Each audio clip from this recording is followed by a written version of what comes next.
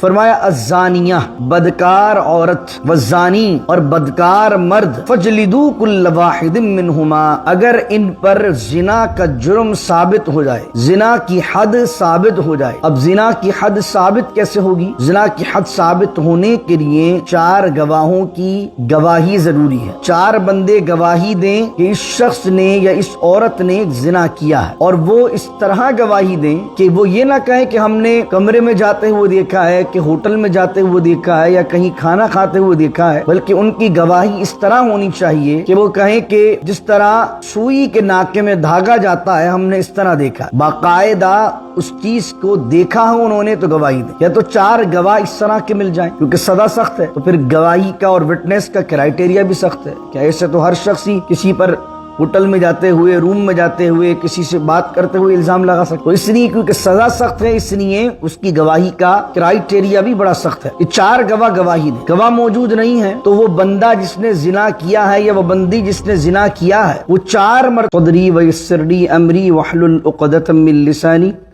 یفقهوا قولی اللهم صل علی سیدنا و مولانا محمد معدن الجود والکرم وآلہ وصحبہ وبارک وسلم سورۃ انزلناها وفرضناها وانزلنا فيها آیات بینات لعلکم تذکرون صدق اللہ مولانا العظیم۔ بحمد اللہ تعالی ہم سورہ نور کا آغاز کرنے لگے ہیں، اور سورہ نور مدنی سورت ہے، مدنیہ ہے، اور اس میں 9 رکوع ہیں اور 64 یعنی 64 آیات ہیں۔ اللہ رب العزت ارشاد فرماتا ہے سورۃ انزلناہا، یہ ایک عظیم سورت ہے۔ کسی بھی سورت کا آغاز اس انداز سے نہیں ہوا ہے، بلکہ حروف مقطعات سے ہوتا ہے یا کسی اور بیان سے یا اللہ کی حمد سے ہوتا ہے، لیکن اس سورت کو خاص انداز سے شروع کیا گیا اور کہا سورۃ انزلناہا۔ یہ وہ عظیم سورت ہے کہ انزلناہا، اس کو ہم نے نازل کیا۔ ہر سورت کو اللہ نے نازل کیا ہے، لیکن اس سورت کی اہمیت کو، رزمت کو واضح کرنے کے لیے اس بات پر اللہ نے زور دیا کہ سورۃ انزلناہا، یہ وہ عظیم سورت ہے جس کو ہم نے نازل کیا ہے، وفرضناہا، اور اس کے احکام کو اللہ رب العزت نے فرض قرار دیا، وانزلنا فیہا آیات بینات، اور ہم نے نازل کیا ہے سورت میں اپنی روشن واضح آیات کو یا نشانیوں کو، اس لیے لعلکم تذکرون، تاکہ تم ان آیات سے، ان فرائض سے نصیحت کو حاصل کر سکو۔ پھر فرمایا اگلی آیت میں الزانیۃ والزانی فاجلدوا کل واحد منہما 100 جلدہ ولا تأخذکم بہما رأفۃ فی دین اللہ ان کنتم تؤمنون باللہ والیوم الآخر ولیشہد عذابہما طائفۃ من المؤمنین۔ فرمایا الزانیہ بدکار عورت والزانی اور بدکار مرد فجلدوا کل واحد منہما اگر ان پر زنا کا جرم ثابت ہو جائے، زنا کی حد ثابت ہو جائے۔ اب زنا کی حد ثابت کیسے ہوگی؟ زنا کی حد ثابت ہونے کے لیے 4 گواہوں کی گواہی ضروری ہے۔ 4 بندے گواہی دیں کہ اس شخص نے یا اس عورت نے زنا کیا ہے، اور وہ اس طرح گواہی دیں کہ وہ یہ نہ کہیں کہ ہم نے کمرے میں جاتے ہوئے دیکھا ہے، کہ ہوٹل میں جاتے ہوئے دیکھا ہے، یا کہیں کھانا کھاتے ہوئے دیکھا ہے، بلکہ ان کی گواہی اس طرح ہونی چاہیے کہ وہ کہیں کہ جس طرح سوئی کے ناکے میں دھاگا جاتا ہے ہم نے اس طرح دیکھا ہے، باقاعدہ اس چیز کو دیکھا ہو انہوں نے تو گواہی دیں۔ یا تو 4 گواہ اس طرح کے مل جائیں، کیونکہ سزا سخت ہے تو پھر گواہی کا اور وٹنس کا کرائٹیریا بھی سخت ہے کہ ایسے تو ہر شخص ہی کسی پر ہوٹل میں جاتے ہوئے، روم میں جاتے ہوئے، کسی سے بات کرتے ہوئے الزام لگا سکتا، تو اس لیے کیونکہ سزا سخت ہے اس لیے اس کی گواہی کا کرائٹیریا بھی بڑا سخت ہے کہ 4 گواہ گواہی دیں۔ گواہ موجود نہیں ہے تو وہ بندہ جس نے زنا کیا ہے یا وہ بندی جس نے زنا کیا ہے وہ 4 مرتبہ اپنے خلاف گواہی خود دے دے کہ میں نے زنا کیا، اور پھر بھی اگر وہ گواہی دے تو پھر بھی قاضی پر لازم ہے کہ تحقیق کرے، صرف اس کے کہنے پر سزا جاری نہ کرے بلکہ اس سے پوچھے۔ بعض اوقات کچھ لوگ اپنے آپ کو خودکشی اس طرح بھی کر سکتے ہیں کہ عدالت میں آ کے اپنے ہی خلاف جھوٹی گواہی دے دیں، تو قاضی ان سے پوچھے گا زنا کہاں ہوا، کیسے ہوا، کیوں ہوا، کیسے ہوا، تمام تم صحیح حالت میں ہو، نشے میں تو نہیں ہو، تمہاری دماغی حالت ٹھیک ہے، یہ تمام چیزیں جو ہیں وہ قاضی پوچھے گا۔ اگر یہ تمام چیزیں یا تو 4 گواہ گواہی دے دیں اور گواہی بالکل واضح ہو جیسا کہ میں نے آپ کے سامنے بیان کیا، اور اس کے علاوہ یا تو 4 مرتبہ خود اپنے خلاف گواہی دے دے اور پھر اس کے بعد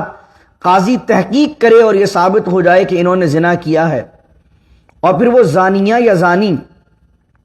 غیر محسن ہوں، محسن میم ہا صاد نون، غیر شادی شدہ ہوں، تو اللہ کہہ رہا ہے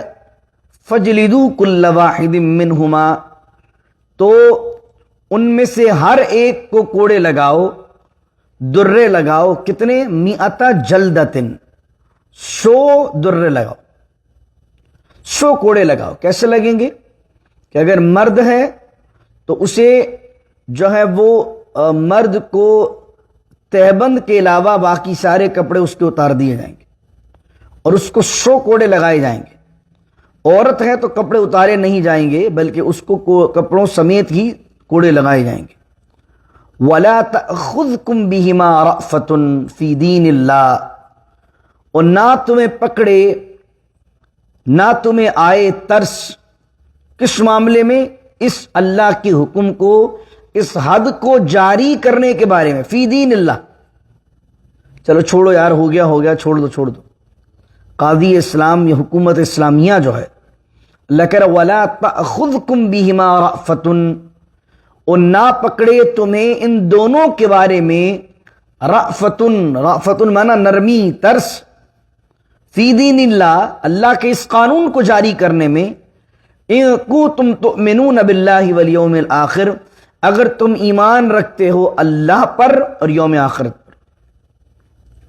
اگر اللہ اور یوم آخرت پر ایمان ہے تو اس حد کو جاری کرو، اس سزا کو جاری کرو زانی اور زانیہ پہ اور زانی پر۔ اور یہ کون سے؟ غیر محسن ہیں۔ وَلْيَشْهَدْ عَذَابَهُمَا طَائِفَةٌ مِّنَ الْمُؤْمِنِينَ، اللہ رب العزت فرماتا ہے وَلْيَشْهَدْ عَذَابَهُمَا طَائِفَةٌ مِّنَ الْمُؤْمِنِينَ، اور چاہیے کہ ان کی سزا کے وقت، عذابہما ان کے عذاب کے وقت، ان کی سزا کے وقت، طائفۃ من المؤمنین مومنوں میں سے ایک بڑی جماعت، بڑے لوگ، بڑا طائفہ، طائفہ کا معنی گروپ، طائفۃ من المؤمنین، جب انہیں سزا دی جا رہی ہو تو مومنوں کا ایک بہت بڑا گروپ ان کو دیکھنے کے لیے وہاں موجود ہونا چاہیے۔ اب اس آیت سے کیا پتہ چلا؟ ایک چیز جو غیر شادی شدہ ہیں اگر وہ زنا کر لیں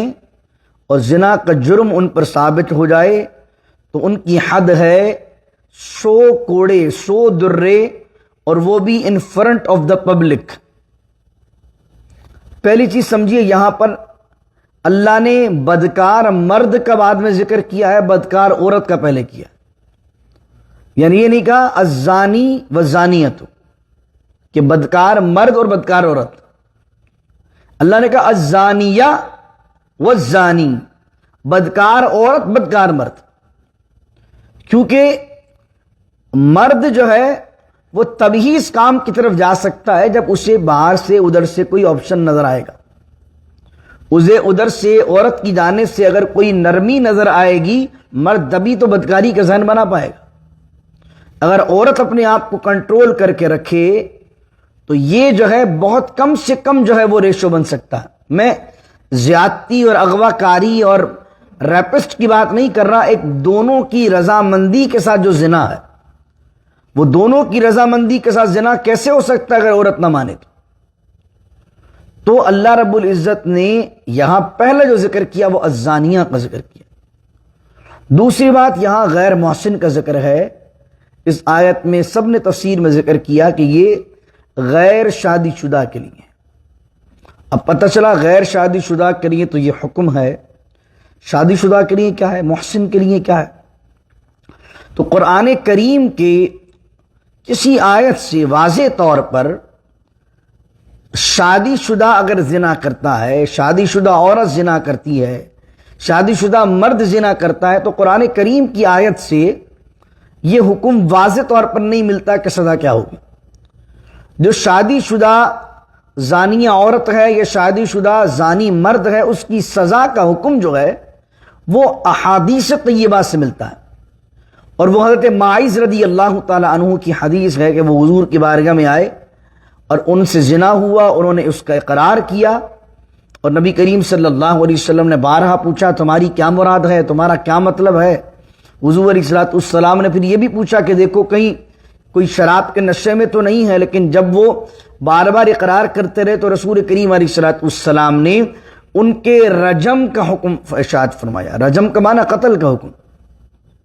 قتل یعنی کہ اتنے پتھر مارے جائیں کہ جو ہے وہ زنا کرنے والا مرد یا زانیہ جو ہے وہ انتقال کر جائے. اس کو کہتے ہیں رجم کی سزا. اب یہ رجم کی سزا یہ احادیث طیبہ سے ثابت ہے، قرآن کریم کی واضح کسی آیت سے ثابت نہیں. لیکن کوئی ایک دو حدیث سے ثابت نہیں ہے، بلکہ مفسرین لکھتے ہیں 53 صحابہ ہیں جن سے یہ روایات، یہ احادیث منقول ہیں کہ نبی کریم صلی اللہ علیہ وسلم کے زمانے میں بھی، صدیق اکبر کے زمانے میں بھی، عمر فاروق رضی اللہ عنہ کے زمانے میں بھی، اس کے بعد بھی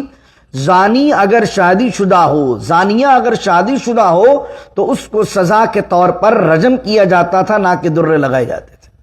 یہ جو درے کا حکم ہم پڑھ رہے ہیں، کوڑے کا حکم پڑھ رہے ہیں، یہ غیر شادی شدہ کے لیے. اب کچھ اس بات پر بھی چند لوگ کہتے ہیں کہ چونکہ قرآن کریم میں کوئی آیت نہیں ہے تو وہ رجم کا ہی انکار کر دیتے ہیں. حالانکہ بخاری مسلم کے اندر تو اس طرح کی روایات بھی ملتی ہیں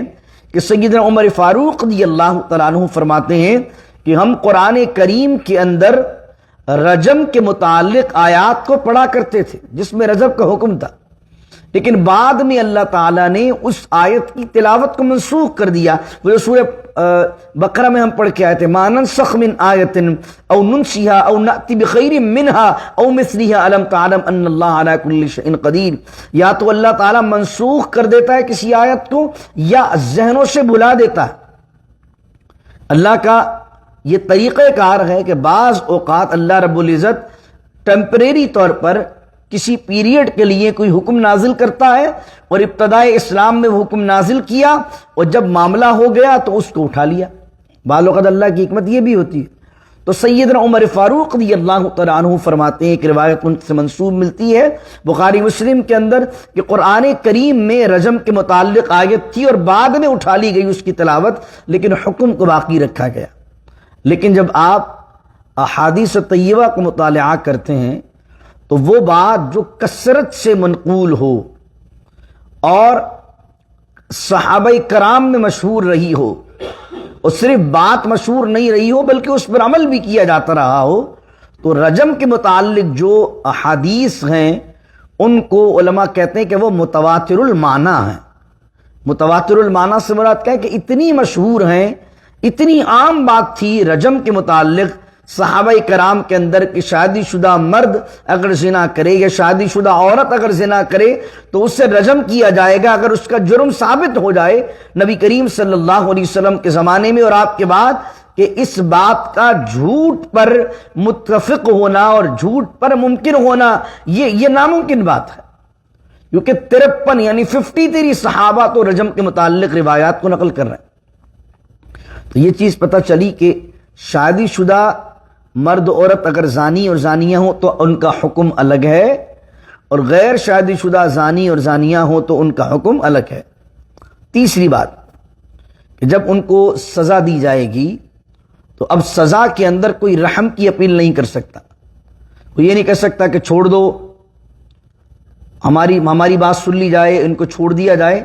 بلکہ شادی شدہ اگر اس طرح کے معاملات کریں گے اور غیر شادی شدہ ان اگر کریں گے یا شادی شدہ کریں گے تو ان پر رحم نہیں کیا جائے گا، اس سینس میں کہ انہوں نے اللہ کی حدود کو پار کیا ہے، اور اگر سزا ان کو نہیں دی جائے گی تو یہ جرم سوسائٹی میں عام ہو جائے گا، لوگوں کی عزتیں محفوظ نہیں رہیں گی، بچیوں کی عزتیں محفوظ نہیں رہیں گی۔ اگر مرد عورت راضی بھی ہوں اور پھر بھی ان کو زنا پر سزا دی جائے تو سوچئے کہ ریپسٹ جو ہے وہ کیسے تصور کر سکتا ہے زبردستی کرنے کی، کہ بھائی جب مرد عورت راضی بھی ہیں تب بھی سزا دی جا رہی ہے، تو اب سوچئے جہاں رضامندی بھی نہ ہو تو وہاں کتنا بڑا جرم، العیاذ باللہ تعالی۔ تو اللہ رب العزت نے فرمایا چوتھی بات، وَلْيَشْهَدْ عَذَابَهُمَا طَائِفَةٌ مِّنَ الْمُؤْمِنِينَ، اور چاہیے کہ ان کی سزا کے وقت مومنوں کا ایک گروپ، مومنوں کا ایک گروہ جب زانی کو اور زانیہ کو سزا دی جا رہی ہو حاضر رہے۔ غالباً جو مڈل ایسٹ کنٹریز ہیں، ہمارے عرب کنٹریز، وہاں تو جب رجم کیا جاتا ہے یا جب وہاں پر زنا کی سزا دی جاتی ہے تو باقاعدہ لوگوں کو بلایا جاتا ہے کہ دیکھو۔ اب یہ چوتھی جو بات فرمائی کہ وہ گروپ حاضر ہو، کیوں حاضر ہو؟ کیونکہ اللہ رب العزت چاہتا ہے کہ اسلام کی جو حدود ہیں، اسلام میں جو سزا کا تصور ہے، اس سے مراد یہ نہیں ہے کہ سارے انسانوں کو اس سزا کی امبریلا ملا کر ختم کر دیا جائے، بلکہ سخت سزائیں اس لیے رکھی گئی ہیں کہ اصل میں مجرم سے نفرت نہیں ہے، جرم سے نفرت ہے۔ ایسی سزا نافذ کرو کہ لوگوں کے ذہن میں اس جرم سے نفرت اور اس کا ڈر پیدا ہو جائے اور لوگ کسی کی سزا کو دیکھ کر اس جرم سے باز آ جائیں۔ سوچیے اسلام نے چور کی سزا کو رکھا ہے ہاتھ کاٹنا، بظاہر تو ایک سخت سزا لگتی ہے، لیکن سوچیے کہ اگر بھرے چوراہے پر چوروں کے ہاتھ کٹنے لگ جائیں تو شہر سے چوری کا نام و نشان ختم ہو جائے۔ اگر زانیہ یا زانی مرد و عورت کو شرعام کوڑے لگنے لگیں جیسے شریعت کہہ رہی ہے وَلَيَشْهَدْ عَذَابَهُمَا طَائِفَةٌ مِّنَ الْمُؤْمِنِينَ، تو معاشرے سے ریپ کا اور بچیوں کے ساتھ جو زیادتیاں ہوتی ہیں، یہ زیادتیوں کا سارا نظام ختم ہو جائے اور بچیوں کی اور عورتوں کی عزتوں کو امان نصیب ہو اور عزتیں پامال ہونے سے محفوظ ہو جائیں۔ تو اس لیے اللہ رب العزت نے یہ چیزیں رکھی ہیں۔ اور دوسری چیز یہ ہے کہ دیگر مذاہب میں اور دیگر لوگوں میں جو زنا کا کانسیپٹ ہے، وہ زنا کا کانسیپٹ اس لیے ان کی فلسفی کے نزدیک صحیح نہیں ہے کہ آدمی اپنی بیوی سے بے وفائی کر رہا ہوتا ہے تو زنا کی صورت میں اصل جرم ہے بے وفائی کا، دوسروں کے نزدیک بے وفائی کے جرم کی وجہ سے یہ عمل ٹھیک نہیں ہے، لیکن اسلام کہتا ہے کہ زنا اٹ سیلف جرم ہے، کیونکہ زنا اصل وجہ بے وفائی عورت سے نہیں ہے، بلکہ اصل وجہ یہ کہ اللہ رب العزت نے انسانی معاشرے کے نظام کو اس طرح بنایا ہے کہ انسان مرد و عورت کے ساتھ جب ملاپ کرتا ہے تو اس ملاپ کے ساتھ ساتھ ایک دوسرے کے ساتھ ایک عرصہ گزارنے کا کمٹ بھی کرتا ہے۔ یعنی آپ اسی عورت کے ساتھ یہ معاملات کر سکتے ہیں اور عورت اسی مرد کے ساتھ یہ ملاپ کے معاملات کر سکتی ہے جس کے ساتھ رہنے کا کمٹمنٹ ہو، جس کے ساتھ مرد اس کی ذمہ داریاں اٹھانے کا کمٹمنٹ کرے، اس کے ساتھ یہ معاملہ جائز ہے۔ لیکن اگر کمٹمنٹ جہاں نہ ہو اور صرف جسمانی لذت کو پورا کیا جائے اور اس چیز کو جرم نہ سمجھا جائے تو اس معاشرے میں کیا ہوگا کہ اس معاشرے سے کمٹمنٹ جو لائف کی ہوتی ہے وہ چیز دور ہو جائے گی اور صرف ایک دوسرے سے جسم کا رشتہ رہ جائے گا، جو ان مغربی معاشروں میں ہو گیا۔ اب لوگ شادیوں کو پسند نہیں کرتے۔ جاپان کے اندر جب میں وہاں موجود تھا تو وہاں کی گورنمنٹ پریشان تھی کہ لوگ بچے نہیں کرتے تھے، دن بدن ان کی نسل کم ہو رہی تھی، کیونکہ نکاح جو ہے، شادی جو ہے، وہ آپ سے ذمہ داری کو، رسپانسبلٹیز کو مانگتا کہ جب آپ کسی سے نکاح کریں گے تو لڑکی کی ذمہ داری کے اٹھائیں، بچوں کی ذمہ داری کے اٹھائیں۔ اور جو زنا ہے، زنا کے اندر نہ آپ پر ذمہ داری، نہ آپ پر رسپانسبلٹی عورت کی ہے اور نہ آپ پر رسپانسبلٹی ان بچوں کی ہے، کیونکہ آپ کے بچوں کا ذہن ہی نہیں ہے۔ آپ نے تو ایک رات یا 2 رات یا 3 رات کے لیے معاملات کرنے ہیں۔ رسپانسبلٹی اب جب پورے انسانی نظام سے ہر شخص، عورت مرد سے اپنی جسمانی تسکین پوری کرے اور مرد عورت سے اپنی جسمانی تسکین پوری کرے اور دونوں ایک دوسرے کے ساتھ کمیٹڈ نہ ہوں اور آگے جنریشن بڑھانے کا تصور ان کے ذہن میں نہ ہو اور آگے کی نسل جو نیکسٹ جنریشن کو وہ اپنی لائبلٹی سمجھے اور وہ یہ سمجھے کہ میں اپنی کمائی کے اندر ایک نئی عورت کو ایک رات کے لیے اس کو کسی پارٹی میں لے جانا، کسی کلب لے جانا یا اس پر 100 200 400 بکس جو ہے وہ خرچ کر دینا، یہ زیادہ آسان ہے کہ پوری زندگی کے لیے اس کو اپنی بیوی بنا کر رکھنا اور اس پر اپنی سیلری کا ایک بڑا حصہ خرچ کرنا اور اس کے ذریعے سے 3-4 بچے پیدا کر کے ان کو پڑھانا اور ان کو گرو اپ کروانا، ان کی تعلیم کرنا۔ جب انسان اس کو لائبلٹی سمجھنے لگے اور زنا کو آسان سمجھنے لگے تو پورا انسانیت کا نظام ہی خراب ہو جائے گا۔ نیکسٹ جنریشن خراب، نیکسٹ جنریشن پیدا ہونا کم ہو جائے گی، معاشرے کے اندر ایک ہوس کا ایک فساد کا نظام برپا ہو جائے گا۔ اس لیے اسلام نے زنا کو پسند نہیں کیا، اسلام نے اس لیے نکاح کو پسند کیا۔ میں صبح میں پڑھ رہا تھا ایک مفسر کا ایک پیراگراف آپ کے سامنے میں پڑھتا ہوں، بہت شاندار لکھا انہوں نے۔ ایک پیراگراف سمجھیے، اسلام زنا کو کیوں پسند نہیں کرتا، ٹیکنیکلی اور لاجیکلی کہتے ہیں کہ اسلام انسانی معاشرے کو زنا کے خطرے سے بچانے کے لیے صرف قانونی تعزیر کے ہتھیار پر انحصار نہیں کرتا، یعنی اس معاشرے کو زنا سے بچانے کے لیے صرف سزا کی ہی بات نہیں کرتا اسلام، بلکہ اس کے لیے وسیع پیمانے پر اصلاحی اور انسدادی تدابیر استعمال کرتا، یعنی اس معاشرے کو زنا سے بچانے کے لیے کئی پہلو اسلام پرووائڈ کرتا ہے جس کی وجہ سے انسان زنا سے بچے اور دوسری طرف آئے۔ وہ چیزیں کیا ہیں؟ یہ قانونی تعزیر مانے وہی جو حد، تو اس کو کہتے ہیں جس کا قرآن میں ذکر ہو گیا، تعزیر بھی سزا کی معنی کے اندر یہ استعمال ہوتا ہے، اور یہ قانونی تعزیر اس نے محض ایک آخری چارہ کار کے طور پر تجویز کی ہے، یعنی یہ سزا کی بات ہے، یہ تو بالکل لاسٹ آپشن ہے۔ اس کا منشا یہ نہیں ہے کہ لوگ اس جرم کا ارتکاب کرتے رہیں اور شب و روز ان پر کوڑے برسانے کے لیے ٹکٹکیاں لگی رہیں، یعنی بس کوڑے ہاتھ میں ہو، بس آؤ تم اور ماریں، بلکہ اس کا منشا، اسلام کا منشا یہ ہے کہ لوگ اس کا ارتکاب نہ کریں اور کسی کو اس پر سزا دینے کی نوبت ہی نہ آئے۔ وہ سب سے پہلے آدمی کے نفس کی اصلاح کرتا ہے، اسلام نفس کی اصلاح کرتا ہے، اس کے دل میں عالم الغیب اور ہماگیر طاقت کے مالک خدا کا خوف بٹھاتا ہے، اسے آخرت کی باس پرس کا احساس دلاتا ہے جس سے مر کر بھی آدمی کا پیچھا نہیں چھوٹ سکتا۔ اس میں قانون الہی کی اطاعت کا جذبہ پیدا کرتا ہے جو ایمان کا لازمی تقاضا ہے، اور پھر اسے بار بار متنبہ کرتا ہے کہ زنا اور بے عصمتین بڑے گناہوں میں سے ہے جس پر اللہ تعالیٰ سخت باز پرس کرے گا۔ یہ مضمون سارے قرآن میں جگہ جگہ آپ کے سامنے آتا ہے۔ اس کے بعد وہ آدمی کے لیے نکاح کی تمام ممکن آسانیاں پیدا کرتا ہے۔ اللہ نے آپ کے اندر ڈیزائرز تو رکھی ہے نا، تو ایسا تو نہیں ہے کہ اللہ نے زنا سے ہی منع کر دیا اور نکاح سے ہی منع کر دیا۔ اللہ نے ایک آپشن دیا ہے آپ کو ڈیزائرز کے لیے، فرمایا نکاح کی تمام ممکن آسانیاں پیدا کرتا ہے۔ ایک بیوی سے تسکین نہ ہو تو 4 تک سے جائز تعلق کا موقع دیتا ہے۔ دل نہ ملے تو مرد کے لیے طلاق، عورت کے لیے خلا کی سہولتیں موجود ہیں۔ ناموافقت یعنی بن نہیں رہی ہے آپس میں،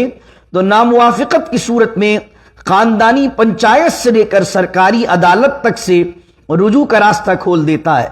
تاکہ یا تو مصلحت ہو جائے یا پھر زوجین ایک دوسرے سے آزاد ہو کر جہاں دل ملے نکاح کر لیں۔ یہ سب کچھ آپ سورہ بقرہ میں، سورہ نساء میں اور سورہ طلاق میں دیکھ سکتے ہیں،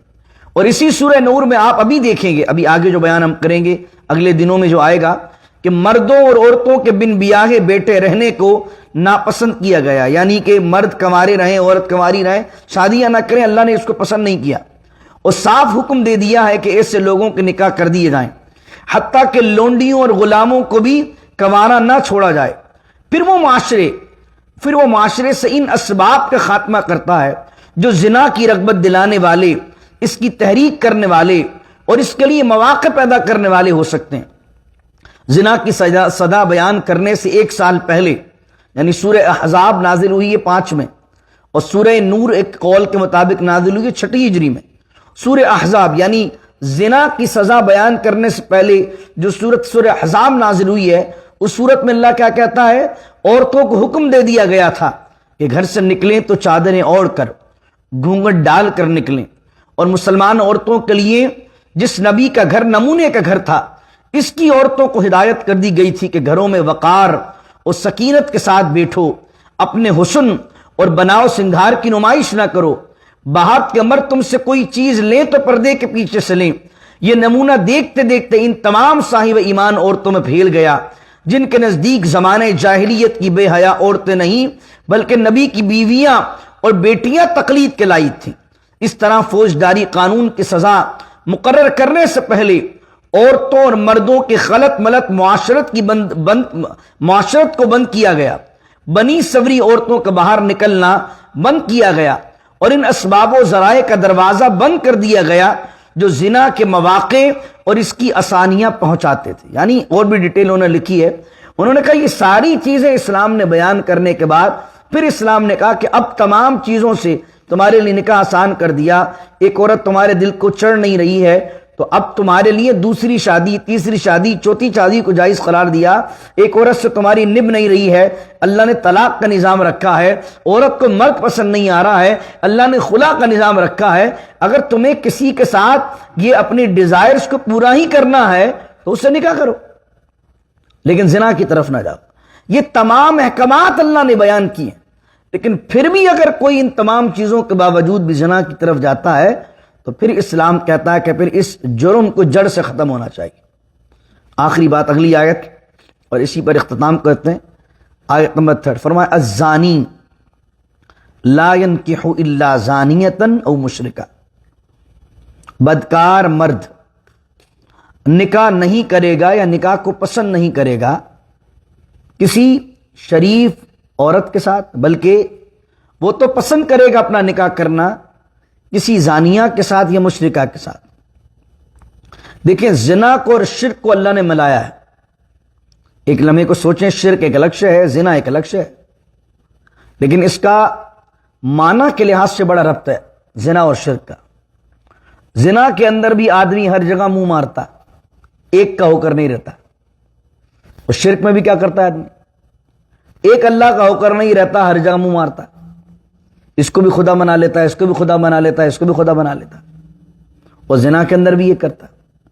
تو یہ دیکھیں بعض اوقات زنا اور شرک کو ایک ساتھ قرآن بیان کر دیتا ہے، کیونکہ دونوں ایک ہی طرح کے ہیں کہ وہ بھی ایک سے وفا نہیں کر رہا، مشرک بھی اللہ سے، اور یہاں یہ بھی جو مرد ہے زنا کر رہا ہے وہ اپنی عورت پر اکتفا نہیں کر رہا، اور جو عورت زنا کر رہی ہے وہ اپنے مرد پر اکتفا نہیں کر رہی، ایک پر اس کو اکتفا نہیں ہو رہا ہے۔ اللہ اکبر۔ تو فرمایا کہ الزانی، لیکن یہاں یہ کوئی حکم بیان نہیں کیا جا رہا کہ زانی نکاح ہی نہیں کر سکتا کسی آزاد اور پاکیزہ عورت سے، بلکہ یہ بیان کیا جا رہا ہے کہ جو بدکار مرد ہے اس کو شریف عورت پسند ہی نہیں آنی۔ الزانی لا ينکح، اور بدکار مرد نکاح نہیں کرے گا مگر زانیہ سے یا مشرکہ سے۔ والزانیۃ، اور بدکار عورت لا ينکحها الا زان او مشرک، بدکار عورت سے زنا نہیں کرے گا مگر زانی مرد یا مشرک مرد۔ نبی کریم صلی اللہ علیہ وآلہ وسلم اس کے شان نزول میں لکھا ہے کہ چند لوگ جو بعد میں ایمان لے آئے، چند صحابہ تھے، ان کے زمانے جاہلیت کے اندر کچھ بدکار عورتوں کے ساتھ تعلقات تھے۔ جب وہ صاحب ایمان ہو گئے تو نبی کریم صلی اللہ علیہ وسلم کی بارگاہ میں آ کر انہوں نے عرض کیا، یا رسول اللہ صلی اللہ علیہ وسلم، ایک عورت ہے جو باقاعدہ اس کا دھندا کرتی ہے، تو کیا ہم اس سے نکاح کر سکتے ہیں؟ ہمارے اس سے زمانہ جاہلیت میں تعلق رہے ہیں۔ رسول اللہ صلی اللہ علیہ وسلم نے یہ آیت پڑھی اور کہا الزانی لا ينکح الا زانیۃ او مشرکہ۔ یہ اس کی بات اللہ کر رہا ہے جس نے توبہ نہیں کی، لیکن ہاں کوئی بازار حسن میں ہوا کرتی تھی لیکن اللہ ہدایت دے دے اسے، اور پھر وہ کسی شریف مرد سے نکاح کر لے اور اب توبہ کر لے تو اب اس کے لیے جائز ہے، لیکن وہ کہے کہ نہیں جناب میں اپنا کام بھی چلاتی رہوں گی اور تو سے شادی بھی کروں گی، تو نبی کریم صلی اللہ علیہ وسلم نے ایسے شخص کو دیوس کہا۔ فرمایا جس کو پتہ ہو کہ اس کی بیوی کے غلط تعلقات ہیں، اور وہ اس کی عورت جو ہے وہ بدکار عورت ہے، تو نبی کریم صلی اللہ علیہ وآلہ وسلم نے فرمایا وہ شخص جنت کی خوشبو بھی نہیں پائے گا جو شخص عورت کے غلط تعلقات، ناجائز تعلقات یعنی بدکار عورت ہو اور اس کو بھی پھر اس کے بعد بھی اپنے نکاح میں رکھے، تو وہ دیوس ہے، جان بوجھتے اس کو پتا ہو کہ جناب 4 جگہ معاملات چل رہے ہیں، 6 جگہ معاملات چل رہے ہیں، علیہ باللہ تعالی استغفر اللہ العظیم، لیکن یہ کنفرم پتا ہو، شکی نہ ہو۔ بعد وقت کچھ لوگ شکی ہوتے ہیں، ہر چیز پر شک ہے، یہاں کیوں گئی، وہاں کیوں گئی، اس کی کال کیوں آئی، شکی آدمی نہ ہو۔ یہ جو حدیث میں نے سنائی ہے یہ اس وقت میں بتا رہا ہوں آپ کو کہ اس کو آپ جب لیں کہ جب بندے کو کنفرم ہو ثبوت کے ساتھ، کیونکہ کچھ مرد شکی ہوتے ہیں تو اپنی زندگی بھی خراب کرتے ہیں اور بیچاری عورت کی زندگی بھی خراب کرتے ہیں۔ اس کی شادی میں وہاں کیوں بیٹھی تھی، وہاں کیوں گئی تھی، شکی مرد جو ہوتا ہے وہ بڑا جینا حرام کرتا ہے آدمی۔ تو اللہ تعالیٰ مرد کو اور عورت کو ایک دوسرے پر اعتبار کرنے کی توفیق دے۔ تو میں اس بندے کی بات نہیں کر رہا جو شک پر کرتا ہے، لیکن اگر کوئی شخص جس کو معلوم ہو کہ میں نے جس سے شادی کی ہے وہ بدکار عورت ہے، تو رسول اللہ صلی اللہ علیہ وسلم نے فرمایا اس کے ساتھ نکاح کو جو کنٹینیو کر رہا ہے وہ دیوس ہے، استغفر اللہ العظیم۔ تو یہاں جو بات بیان کی جا رہی ہے یہ ان کی بات بیان کی جا رہی ہے کہ جنہوں نے توبہ نہیں کی ہے۔ اس لیے کوئی حدیث سنی ہے اور اسی پر اختتام کرتے ہیں۔ رسول اللہ صلی اللہ علیہ وسلم نے فرمایا گندگی میں اگنے والی سبزی سے بچو۔ صحابہ کرام رضوان اللہ علیہ مجمعین نے عرض کیا یا رسول اللہ صلی اللہ علیہ وسلم یہ گندگی میں، کیچڑ میں اگنے والی سبزی سے کیا مراد ہے؟ رسول کریم علیہ السلام نے فرمایا برے خاندان کی خوبصورت عورت۔ بعض اوقات بچوں کی تربیت ایسی کریں کہ حسن کے پیچھے نہ مریں، خاندان بھی دیکھنا ہوتا ہے اچھے لوگ ہیں کہ نہیں ہیں۔ آدمی کیا کرتا ہے بعض اوقات نکاح حسن کے چکر میں کر لیتا ہے اور خاندان ٹھیک نہیں ہوتا۔ بعض اوقات تو الیاذ باللہ تعالی ایسے لوگوں سے واسطہ پڑ جاتا ہے کہ جو لوگ باقاعدہ بدکاری کا دھندا چلا رہے ہوتے ہیں، الیاذ باللہ تعالی، بس حسن کے چکر میں پاگل ہو گئے اور وہ ٹریپ ہو جاتے ہیں اور پھر وہ پورے زمانے کے اندر رسوائی ہوتی۔ تو اللہ تعالی ہمیں اپنی پناہ میں رکھے۔ تو یہاں اللہ نے کہا وَحُرِّمَ ذَلِكَ عَلَى الْمُؤْمِنِينَ، اور حرام کر دیا گیا ہے یہ، کیا حرام کر دیا گیا ہے کہ زانیہ سے، بدکار مرد سے، بدکار عورت سے نکاح کو اللہ رب العزت نے فرمایا پسند نہیں کیا ہے۔ اللہ رب العزت نے مومنین پر کہ وہ جو بدکار مرد ہیں یا بدکار عورتیں جنہوں نے ابھی تک توبہ نہیں کی ہے اور وہ ایسے کاموں ملوث ہیں، ان سے جو پاکیزہ مرد ہیں ان کے نکاح کو اللہ نے پسند نہیں کیا، حرام کر دیا۔ وآخر دعوانا ان الحمدللہ رب العالمین۔ دعا کیجیے اللہ رب العزت سے اللہ تعالی ہر قسم کی فحاشی سے اور ہر قسم کے زنا سے ہمیں اپنی پناہ میں رکھے۔ بسم اللہ الرحمن الرحیم، الحمدللہ رب العالمین والصلاة والسلام علی اشرف الانبیاء والمرسلین۔ ربنا ظلمنا انفسنا وان لم تغفر لنا وترحمنا لنكونن من الخاسرین۔ رب اجعلنی مقیم الصلاة ومن ذریتی ربنا وتقبل دعاء۔ ربنا اغفر لي ولوالدي وللمؤمنين يوم يقوم الحساب۔ وصلى الله تعالى على خير خلقه محمد وعلى آله وصحبه أجمعين برحمتك يا أرحم الراحمين۔ لا إله إلا الله محمد رسول الله صلى الله عليه وسلم۔